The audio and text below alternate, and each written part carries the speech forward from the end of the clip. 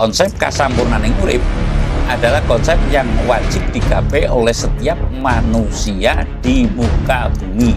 Yang namanya hidup pasti metik buah perbuatan. Orang sekarang kan kalau boleh saya ngomong jahat-jahat sekali. Rumah diinjak semut pun ibaratnya itu nggak boleh lah. Kalau kecil ya mohon maaf ya, lahir saja sudah dikasih doa dari mancanegara. Dengan kata lain, kebanyakan kalau dulu lahir di bumi ini lalu ditaruh di tampah, digebiak jabang bayi aja kaget. Sekarang dirubah dengan adan. Namun kalau gede biasanya edan. Tetangga dengan tetangga saja sudah nggak akur, dengan saudara sudah nggak akur. Lah leluhur kita waspada bahwasanya kelak akan ada sedulur ilang asih, bopo lali anak, anak lali bapak. Tapi ulo salam yo atur bagyo wis muga nusantara. Om wilahing jati nuhuni ajat-ajat luluh nusantara tapi uluk salam mulia. Saya akan menceritakan secara hakikat ya.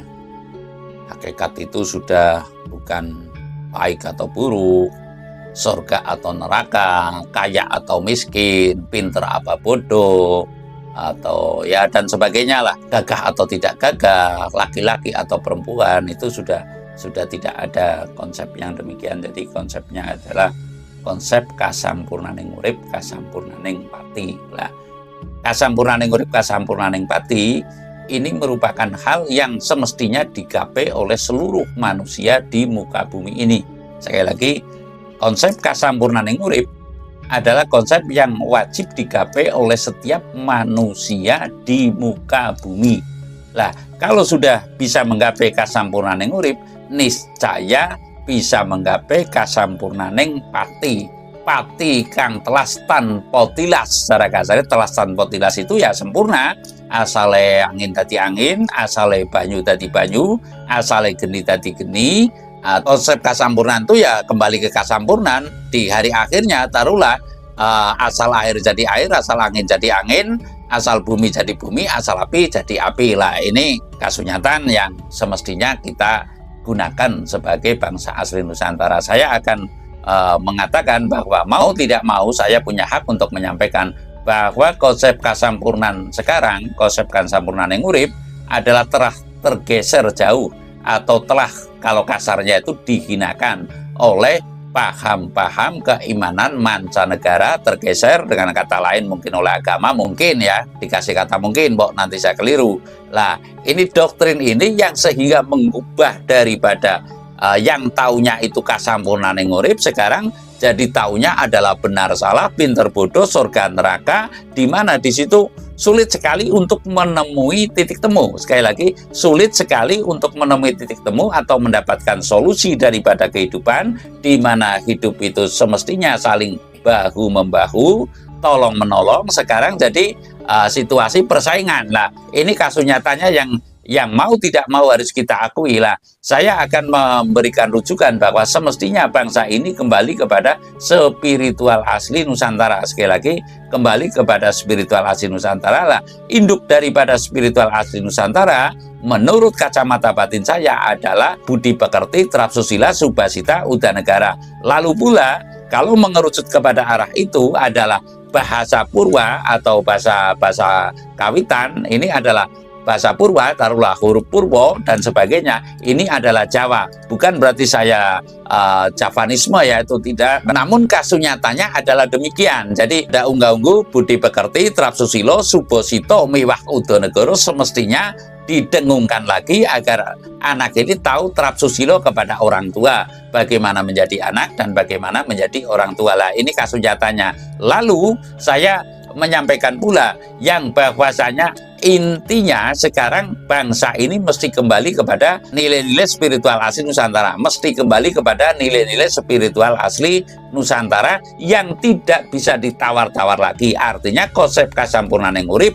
Dan konsep kasampurnaning pati mesti dikembalikan, mesti dipahami secara persis oleh bangsa-bangsa ini, oleh manusia-manusia ini, terutama bangsa Nusantara, agar tidak meninggalkan jejak keluhuran kita. Seolah-olah keluhuran kita itu tidak punya keimanan. Leluhur kita itu adalah penyembah batu kayu, kan banyak itu yang ngomong. Katanya kalau tidak kedatangan para Syiah atau para habaib lah secara kasarnya, tidak kedatangan para pengungsi atau para imigran barulah dari mancanegara, bangsa ini masih belum tahu Tuhan. Loh, alangkah enaknya berkata yang demikian. Nah, saya akan menegaskan bahwa bangsa ini sesungguhnya tidak tahu urusan surga neraka, namun taunya adalah kasampurnaning urip. Kasampurnaning urip adalah lillahi ta'ala, secara bagian yaitu ya hanya netepi dharmaning wajib lah.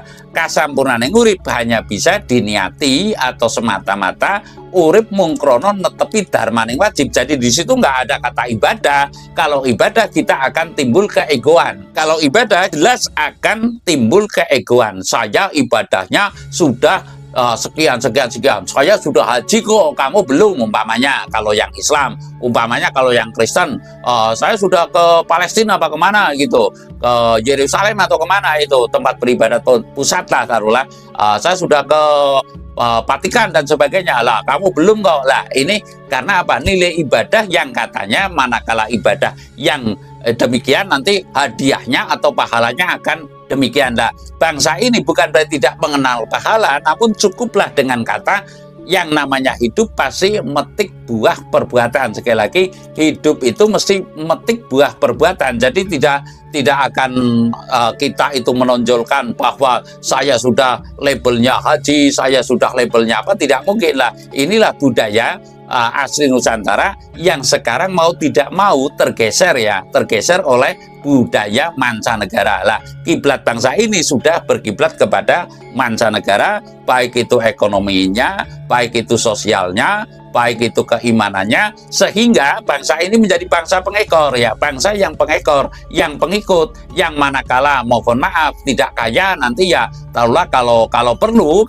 orang sekarang kan kalau boleh saya ngomong jahat-jahat sekali, rumah diinjak semut pun ibaratnya itu nggak boleh lah. Ini sebuah kasunyatan ya, kalau di kota-kota besar sudah pagarnya tinggi, sudah luar biasa, dan lalu rumahnya itu tiap kamar ada AC-nya, ada TV-nya. Namun nilai manfaatmu itu apa? Nilai manfaat dari ini semua itu apa? Dan dari mana kamu mendapat hasil inilah? Ini kasunyatan. Yang demikian ini ajaran leluhur kita tidak memperkenankan, sehingga ada kata hiduplah yang sederhana lah. Konsep ini sudah tidak pernah terlantunkan kepada anak cucu. Sekali lagi, tidak pernah terlantunkan kepada anak cucu, sehingga anak cucu ini seolah-olah buta breg. Buta breg itu yang nggak tahu apa-apa atas kebajikan, atas kebaikan. Taunya kalau kecil ya mohon maaf ya, lahir saja sudah dikasih doa dari mancanegara. Dengan kata lain, kebanyakan kalau dulu lahir di bumi ini lalu ditaruh di tampak, digebiak, jabang bayi aja kaget. Sekarang dirubah dengan adan. Namun kalau gede biasanya edan. Nah ini kasunyatan, kita harus kembali kepada titik yang demikian agar kita itu tidak rumongso biso melebih-lebih dari keluhuran kita ya. Lalu budaya yang kayak gini digubah dengan budaya yang baru. Nyatanya para yang membawa ini juga tidak mempertanggungjawabkan, atau dengan kata kasarnya tidak bisa mempertanggungjawabkan atas gonjang-ganjingnya perikemanusiaan yang terjadi di bumi Nusantara inilah. Kasunyatan sekarang tetangga dengan tetangga saja sudah nggak akur, dengan saudara sudah nggak akur. Lah leluhur kita waspada bahwasanya kelak akan ada sedulur ilang asyeh, bopo lali anak, anak lali bapak. Lah ini kasunyatan lah. Mari kita kembali kepada budaya spiritual asli Nusantara, konsep kasampurnaning urip, konsep kasampurnaning pati, sehingga kita tidak akan terlunta-lunta dalam kasunyatanya, dalam kehidupan yang nyata di bumi Nusantara ini. Serasa demikian. Terima kasih.